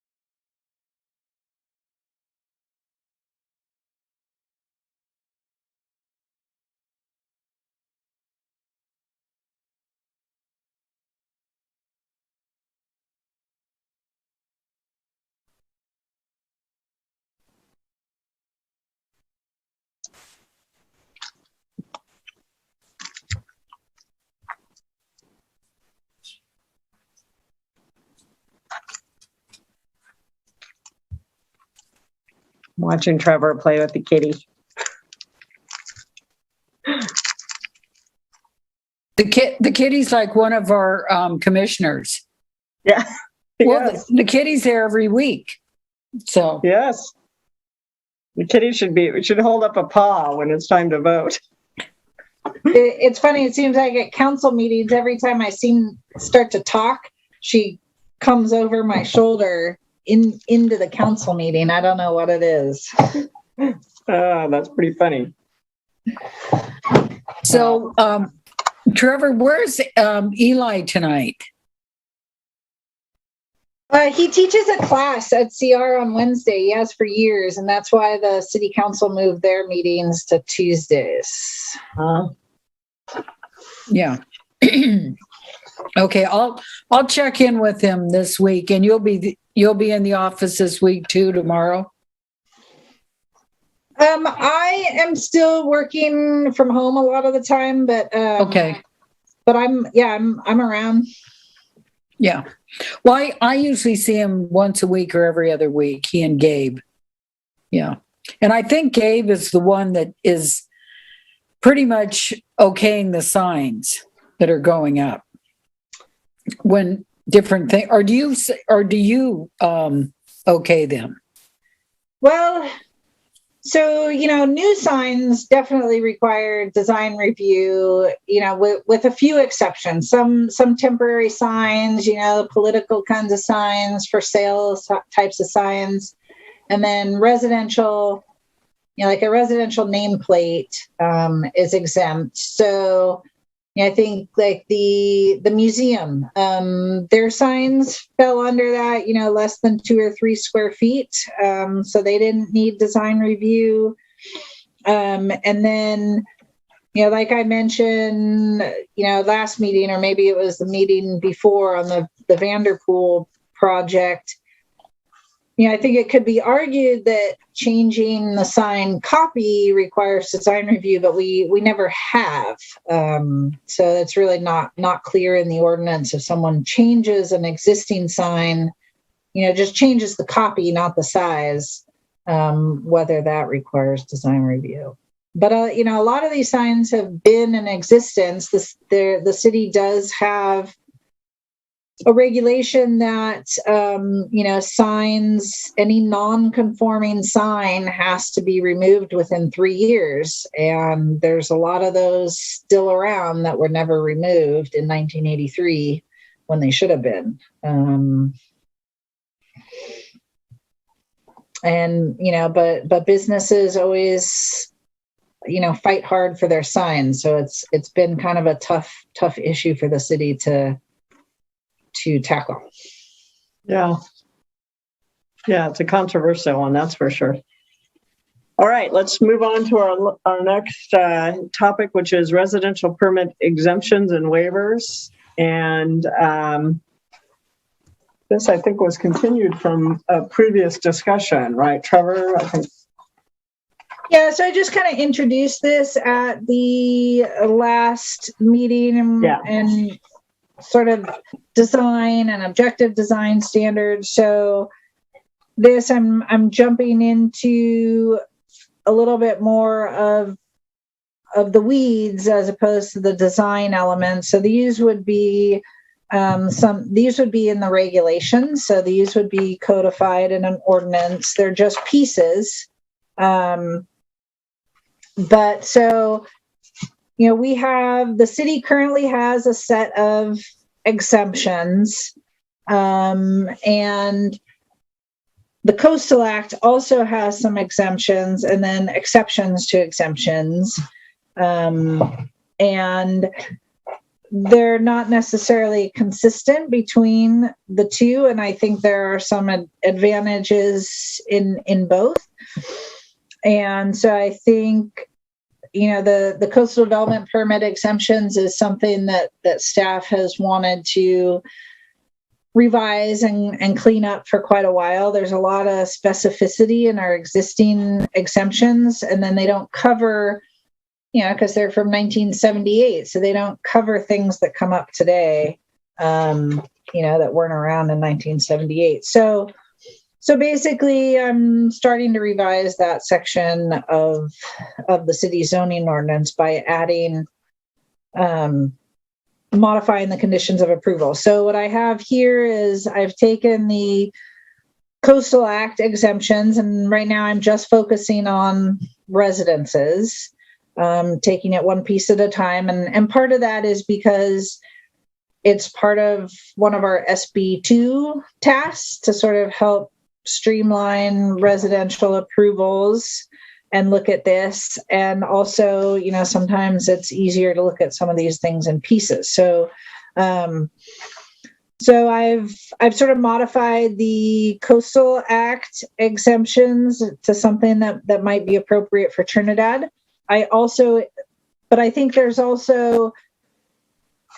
lot of things, fences and small retaining walls and landscaping and hot tubs and things that aren't necessarily clearly exempt in these Coastal Act exemptions that are exempted under the city's existing exemptions. And so I think maybe some sort of combination of the two might be worthwhile. So I think using this Coastal Act one as sort of a base, but then adding anything from the existing Trinidad exemptions and anything else we think should be included. Like, for example, an exemption for a certain amount of grading. I think that's good to keep having in there. So that's what these first two sections are. And then the next one is a little bit different idea. So that's more of a permit. That's more of a procedural issue is, if something came up that someone wanted to do that didn't clearly fall under one of these exemptions, but was pretty minimal, like a fence or a hot tub or something, we have a waiver process, or one that I would really like to include is certain improvements to septic systems. We don't want to have people have to go through the entire public hearing process just to, put in a new leach field or something. So this waiver process, again, is modeled off of what the Coastal Commission has, this one currently. This one, the way this one would work is it would still neighbors would be noticed, and it could even still come to the Planning Commission for maybe we'd add a consent agenda item like the city council has. And so, it'd at least be on a meeting. And if anybody has any objections, they can pull it. That's how the Coastal Commission does it. Or there could also be some sort of administrative permit process where I would issue a permit. But I do sort of like the idea of having, sort of that second layer, because someone wants to add, bump out the corner of their kitchen. I don't know if that's going to impact somebody's view without notifying the neighbors. I can't determine that myself. So it sort of lengthens the process and adds sort of to the bureaucracy, but at least it doesn't require the full hearing procedure. So that's what that section is. So, and then the map at the end is the existing. So the yellow area is the area where the exemption for building a 500 square foot, 15 foot high accessory structure is not valid. Everywhere outside of those yellow areas, you can build a 500 square foot, 15 foot high accessory structure without design review. And that's been kind of, you saw in the 2002 minutes that came up as an issue. And then the hatched area and the red line is it's kind of the appealable area. It's what was certified, but the current Coastal Act regulations are a little different. Like within 300 feet of a bluff is appealable, so that, like the eatery and the bed and breakfast, those blocks are not in this mapped appealable area, but would actually be appealable to the Coastal Commission.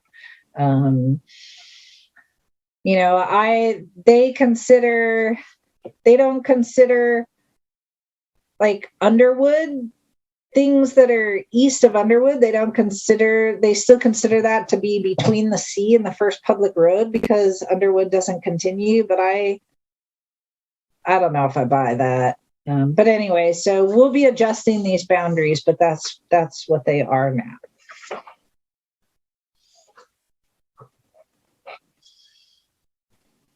Okay, thank you. My first question, I just had one quick question. It's kind of basic. And I wanted to make sure I understood the difference between an exemption and a waiver. That's a good question. So an exemption is something that is exempt. They come to the city if someone came to the city and said, I want to build a 6-foot fence around my property, that's clearly exempt. And I say, okay, go ahead. It just has to meet the requirements of the fence regulations. Whereas a waiver would be something that would be more like, well, it's an addition to a house, that maybe doesn't fall under these exemptions. It adds 10% of the floor area, and so it isn't an exemption, but or maybe it's adding a roof on your porch or something like that isn't clearly under an exemption. And so you have to apply for the permit. But if we review it and say, oh, it's not going to have any impacts, we can waive the permit requirements. Okay, so you waive the permit requirement, which also waives the permit fee that is associated with it. Is that right? It would certainly reduce the fee because it would reduce the amount of processing time and effort that goes into it. But I think there would still be a fee associated with it, probably. Okay. Commissioner Stockness. So if you're going to add new siding to your house, Trevor, is that a waiver or an exemption? And do you need a permit? Because I was reading all this and it's a little confusing. I get the hot tubs. I get that one. I think, and the daycares, yeah. so no, I think that's a good example. So, something like siding, well, siding could also potentially fall under repair and maintenance. So that's sort of a separate exemption, but I think it's actually a good example for this. So say someone wants to reside their house, but they're within 50 feet of a bluff. So then this exemption wouldn't apply because they're within that sort of sensitive area. But since it's just siding, they could do a waiver instead because it's clearly not going to impact stability or environmentally sensitive habitat or anything like that. So you give the exemptions and the waivers? That's your job? Well, currently, I guess the city is, I guess it's not really recently, but a couple of years ago, I found out the Coastal Commission, the city is actually supposed to be documenting every exemption. But when someone calls me up and says, hey, I want to put a small porch on or a fence, I don't actually document that. I just say, yeah, go ahead. A waiver would be a little bit different. A waiver, they would have to actually kind of submit plans and go through some sort of process now. And it could be administrative, so I could issue it. Or it could be more something that comes before the Planning Commission for a quick process. I think neighbors should still be notified, and then they have a chance to object to the waiver if it's going to affect them. But in essence, I would be issuing the permit. And so roofing, new roofs you need a permit. Well, you need a building permit for re-roofing currently. For design review, that's considered repair and maintenance as long as it's using similar materials and not changing the appearance. So, for example, we've had a couple of questions about metal roofs come up recently. And I actually found some past precedents and history on this where if the metal roof is going to be basically the same color as the existing roof, then it doesn't need design review. But if it's going to change the appearance, if it's going to be bright blue or something like that, then it would need design review because it changes the appearance of the structure. So that's under the current regulations. Okay, so the neighbors aren't really noticed. It's just if there's a design permit required, then the neighbors are noticed. Okay. That's correct. We don't have an intermediate process right now. It's either exempt or it requires design review.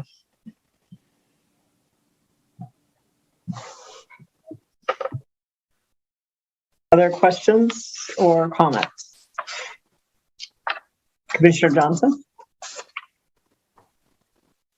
So this is another point where I think it would be useful to have some sort of pictorial or logic diagram, whatever you want to call it, so that people can kind of understand and walk their way through, beginning with a project and then determining whether or not it requires specific review and what review it would require, or is it exempt, or is it a waiverable project? Something like that, I think, would be very useful to the public in terms of trying to make sure they understand exactly how this is all worked out. I had a couple of other comments real fast. One is we use a couple of finite numbers in here, $2,000 and $100,000. And yeah, Aaron, you're absolutely right. That we got to figure out how we address that, because those numbers, if they're static like that, mean nothing because of inflation and housing prices and building costs, et cetera. So I would suggest that we come up with something other than just the two discrete numbers that are used on page 3 and page 5. Because first of all, repairs that involve only replacement within that does not aggregate over $2,000 value in valuation in 12-month period. That doesn't work anymore. The other thing, which a couple of other things that I just didn't quite understand is, well, first of all, where do these exceptions, exemptions, and waivers wind up? Is that in the land use element? These would actually be in the zoning ordinance. So. Oh, okay. All right. Fair enough. Got it. And so, like the exemptions, the existing Trinidad exemptions are, I think, 17.72070.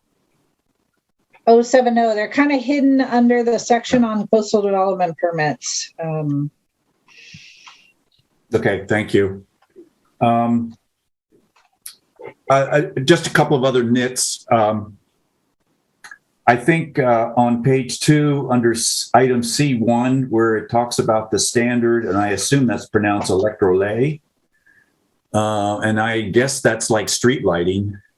But again, 35 feet sounds high. I don't know, but that just doesn't make any sense. The other item is under that is 2C, television and radio antennas. I know that there's elsewhere in ordinances, there's some discussion about that. And if there isn't, there should be, as we all know. Particularly now, of course, it's not a big deal, but I know there was quite a controversy with the satellite dishes that people were using. On item CI, solar heating systems on page 3. Again, I kind of question whether or not we should limit the size of any solar installation at this point. I think we should tell people, put up as much solar as you possibly can. And then the final comment is on page 4 under 2D, OWTS improvements, just as you were talking, Trevor. Improvements, repairs, and upgrades that do not increase the capacity of the system. Somehow, I think we have to integrate our OWTS ordinance into that. And maybe you already have thought about that, probably have, but I just wanted to say that that probably should be integrated with the OWTS.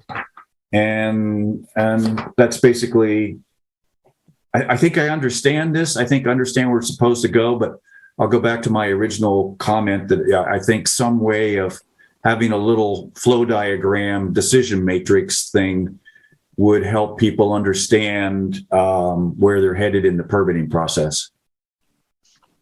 Thank you. Thank you. Other questions or comments? Commissioner Hicken?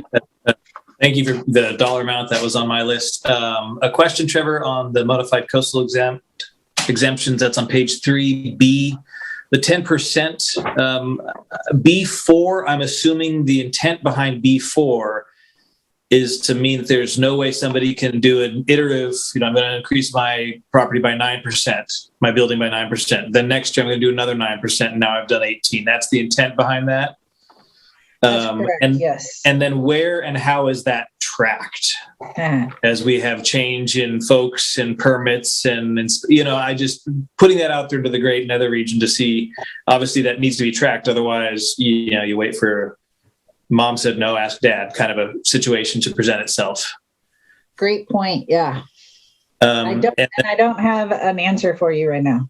Yeah, no, which is totally fair. And then the other thing, to Richard's point, one of on my list of the many things to do with the property that we bought in town is landscaping.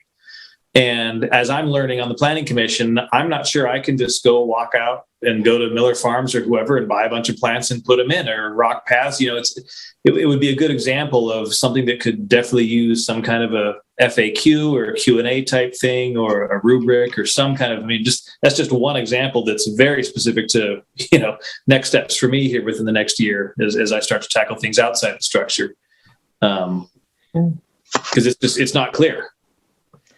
No, I totally agree. I think especially in, basically under the city's existing ordinance, it's really not regulated unless if you fall under the grading ordinance of 1,000 square feet or more. But I think, people probably do that all the time. And we've never required permits for it. I think now there is, I forget what the square footage is, but there's actually a state law that was enacted a few years ago that the city is supposed to be implementing. But I don't see landscape plans really. I did have one project come in that was over the limit, and it would have needed design review and some other things too. But it's a water efficient landscaping ordinance, and if you add or replace a certain square footage of landscaping, you have to then comply with the state law that requires, low drought tolerant plants and, drip irrigation kind of stuff. But it's a very complicated, it's like a 20-page ordinance.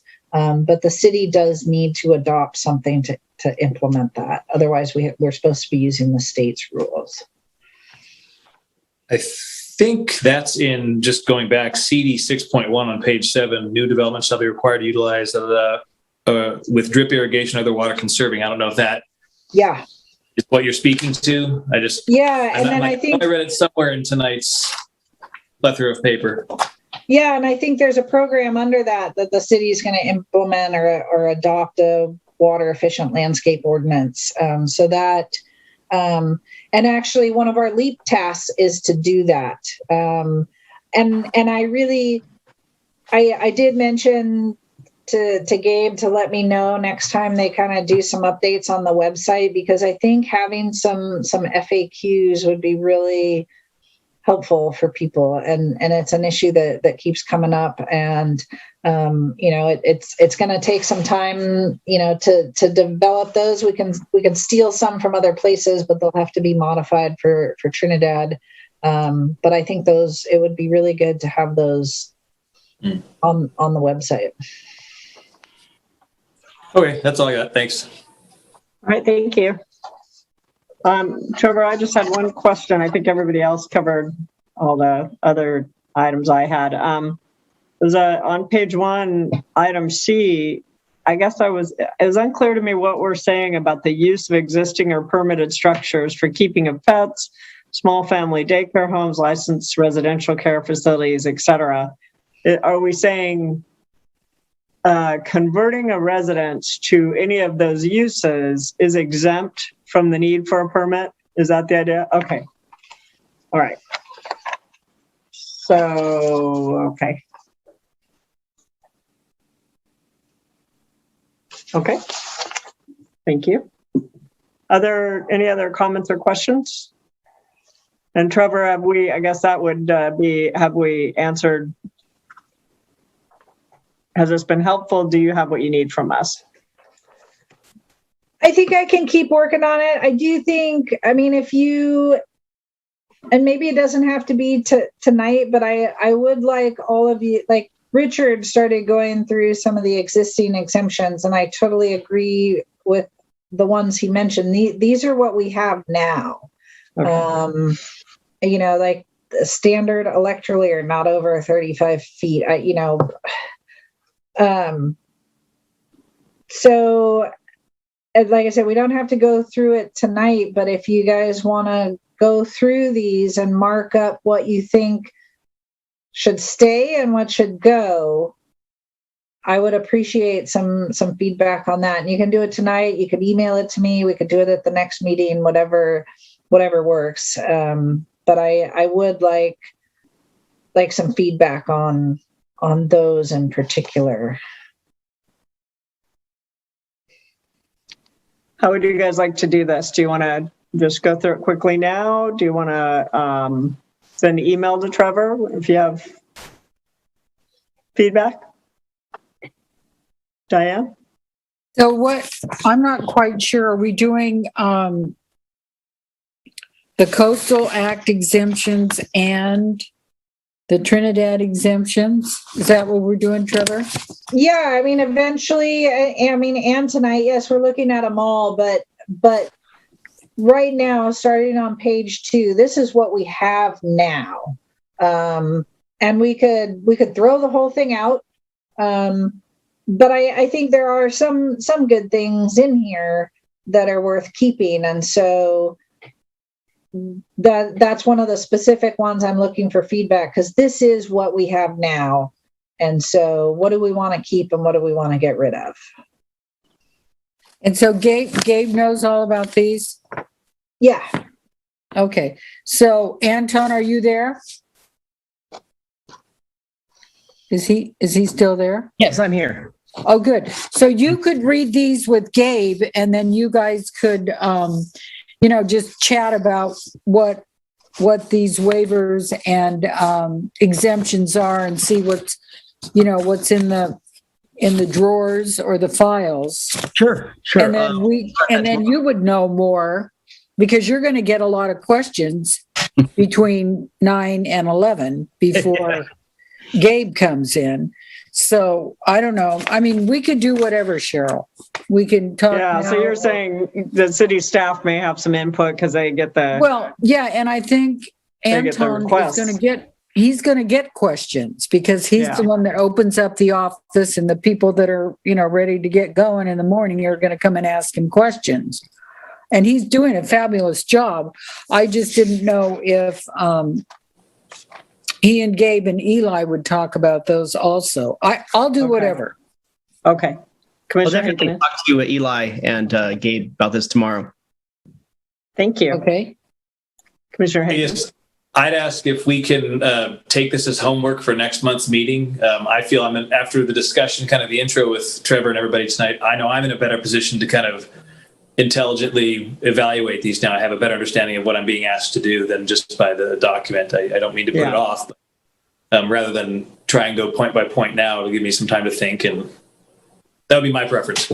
Okay. And I see heads nodding, and I agree. I just looking at a few of these, I'm not sure I could rattle off the top of my head what would be more appropriate, personally. So yeah, let's have some more discussion on this next month. Okay. All right. So we're at the time of the meeting then for commissioner reports. Are there any commissioner reports from outstanding? And before I do that, I'm sorry, I'm going to open to public comments. Are there any public comments about the streamlining residential projects topic? Okay, I see none. Sorry, I just want to make sure I did that. And I see no commissioner reports. So we're at the staff report. And I had a question as part of the staff report for Eli, but since he's not here tonight, I don't know if you know, Trevor, but I know that the city council discussed the general plan in their last meeting. I was not able to attend. I was coming back from Reading for some doctor's appointments and stuff. So anyway, I just wondered if we got any feedback on that, and then whatever else you'd like to share with us. Yeah. So I gave the council an update on where we're at with the general plan, and they requested, and I mentioned that the Planning Commission wants the City Council to see the Coastal Commission comments and responses, and they have asked to see the Coastal Commission comments before. So I'm going to a couple of things came out of that.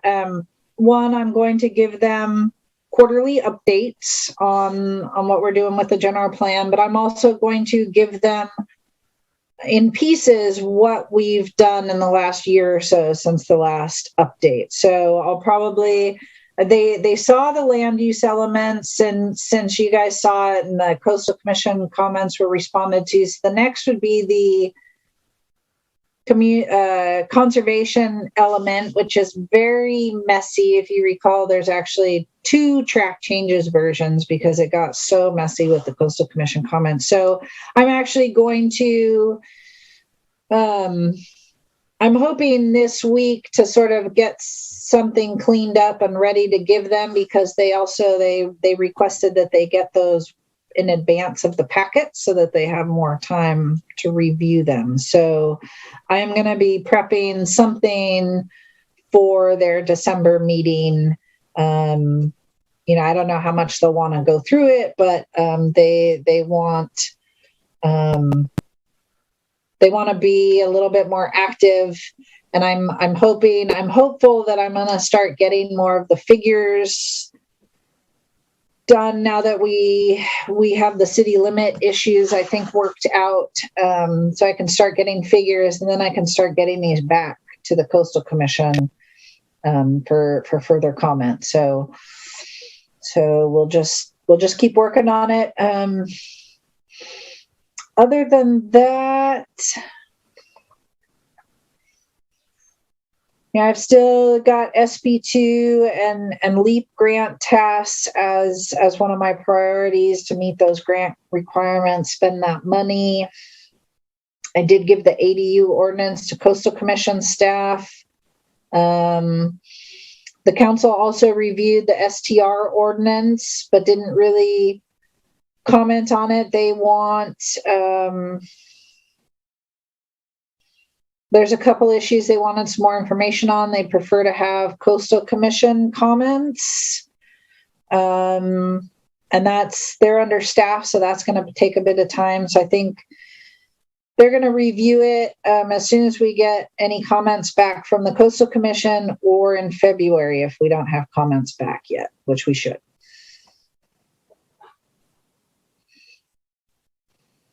All right. Excellent. Thank you. Future agenda items. I captured a few things from our earlier discussion.